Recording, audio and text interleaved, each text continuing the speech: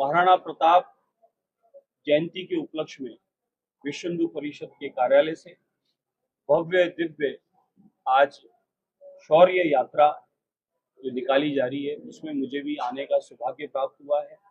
मैं संपूर्ण देवतुल्य कोटा की जनता को प्रणाम करता हूँ, विशेष उन मातृशक्ति को जिनके नेतृत्व में आज ऐतिहासिक आयोजन हमारे यहाँ कोटा शहर में होने जा रहा है। महाराणा प्रताप का स्मरण करते ही विद्युतीय करंट शरीर में दौड़ने लगता है। वह शौर्य, वह पराक्रम जो ऑपरेशन सिंदूर में भी आप हमने देखा, वही हमारी उस समय की धर्म संस्कृति को, हमारी धरा को बचाने के लिए महाराणा प्रताप जैसे योद्धाओं ने सर्वस्व न्यौछावर किया और किसी की गुलामी, किसी के अधीन रहकर रहना न मंजूर करके और संघर्ष करना ज्यादा अच्छा समझा।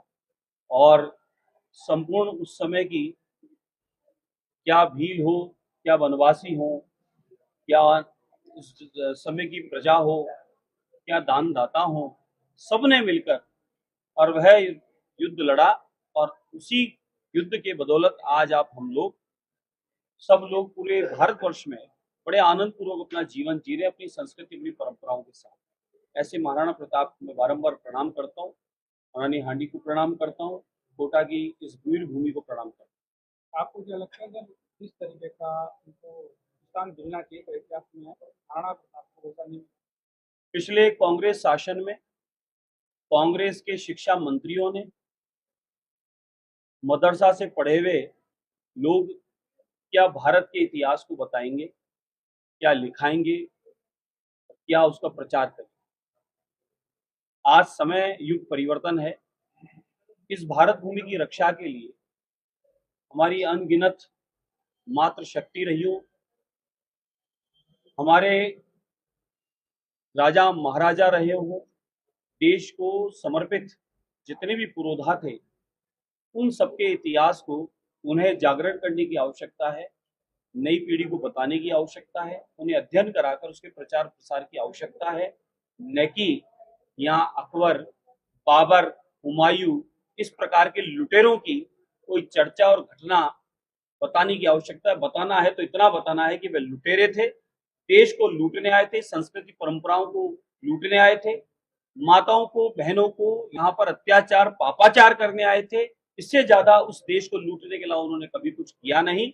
उनका इतिहास तो यह है, और हमारे पूर्वजों का इतिहास इस धरती को बचाने के लिए सर्वस्व समर्पित कर दिया और पूरे भारत की भूमि को बचाने के लिए, संस्कृति परंपराओं को बचाने के लिए उन्होंने अपने राजपाट सब कुछ त्याग कर सबने समर्पित भाव से इस मातृभूमि की सेवा।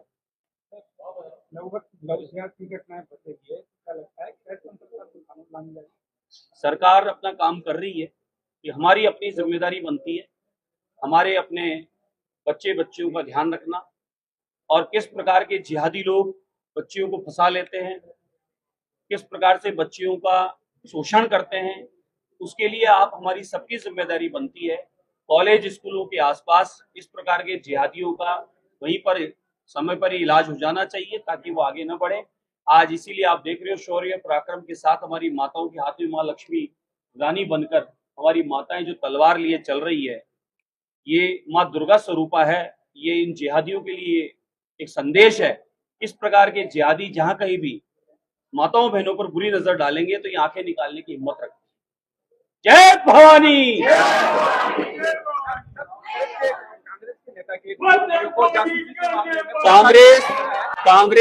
कांग्रेस के नेता के सचिव ये पाकिस्तान के जासूस हैं। ये अब धीरे धीरे सामने आ रहा है। आतंकवाद के पाकिस्तान के प्रेमी हैं, ये भी हम सबको पता चल रहा है।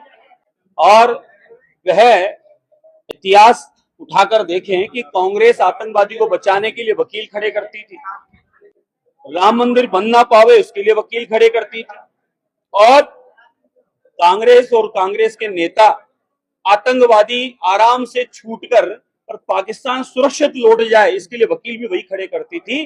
तो कांग्रेसियों के कैबिनेट मंत्री और उनके सचिव पाकिस्तान के संबंध निकले हैं तो कोई बड़ी बात नहीं।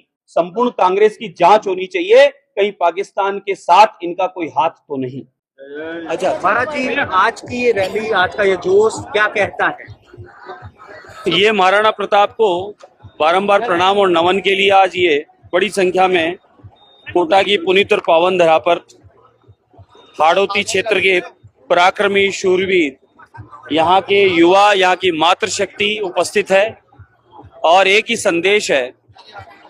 जिस प्रकार से ऑपरेशन सिंदूर सफल होने के बाद पूरे भारत में आदरणीय मोदी जी के नेतृत्व में तिरंगा यात्राएं निकलकर देश की सेनाओं को नमन और समर्पण और देश की सेनाओं के साथ खड़ा है ये भारत का युवा। यही संदेश है कि महाराणा प्रताप इस भारत की पवित्र भूमि को, यहाँ की संस्कृति, यहाँ की परंपराओं को एकलिंग जी महाराज का आशीर्वाद लेकर बचाने के लिए उस समय सबको सामूहिक रूप से संगठित किया, समरसता का भाव रहा। उसी क्रम में आज हम उनसे प्रेरणा लेते हैं कि हम सब भारतवासी, विशेष राजस्थान वासी, भारत की सेनाओं के साथ है। भारत की संस्कृति, भारत की परंपराएं, आन बान शान, इस मातृभूमि को बचाने के लिए संगठित होकर एक सेना वो खड़ी है, दूसरी सेना यहाँ खड़ी है भारत की रक्षा के लिए। ये भगवा ध्वज, महाराणा प्रताप का ये भाला, और ये हम सब बने चेतक और तत्पर सब तैयार खड़े हैं। महाराज जी, जो जैसलमेर पे पाक जासूस पकड़ा गया है, उसको लेकर के क्या प्रतिक्रिया आपकी होगी? कांग्रेस के मंत्री रहे साले मोहम्मद और उनका ही जासूस, ये बताता है कि कांग्रेस पाकिस्तान से कहीं ना कहीं मिली हुई है और भारत की सुरक्षा में कहीं ना कहीं इस सुरक्षा में सेंध लगाने का काम कांग्रेस और उसके आदमी जो जासूस निकले हैं ये कहीं ना कहीं लिप्त हैं। मैं तो कहूंगा साले मोहम्मद के खुद की और उसके इतिहास की और कांग्रेस के सभी लोगों की जांच होनी चाहिए कि इनका क्या पाकिस्तान से कोई मेलजोल है। तो आप क्या मानते हैं कि इस बात में कोई शक और संशय नहीं है कि जो बड़े नाम है वो भी कनेक्टेड हो पाकिस्तान? ये बात सत्य हो ही गई है और पिछला इतिहास उठाकर देखें, आतंकवादी घटना भारत में होती थी और कांग्रेसी वकील खड़ा करते थे बचाने के लिए। क्या प्रेम था उनका कि आतंकवादी बच जाए? क्या प्रेम था उनका कि आतंकवादी छूट के चला जाए?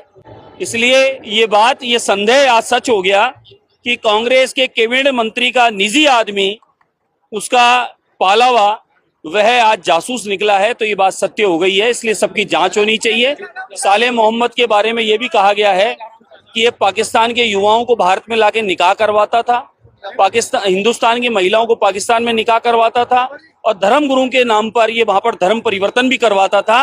अब इसकी पुनः सारी जांच होनी चाहिए, क्योंकि पिछले दिनों गौशालाओं के नाम से, गौशाला के पैसे किसी तरह से घोटाले करने का भी इस व्यक्ति पर आरोप रहा है।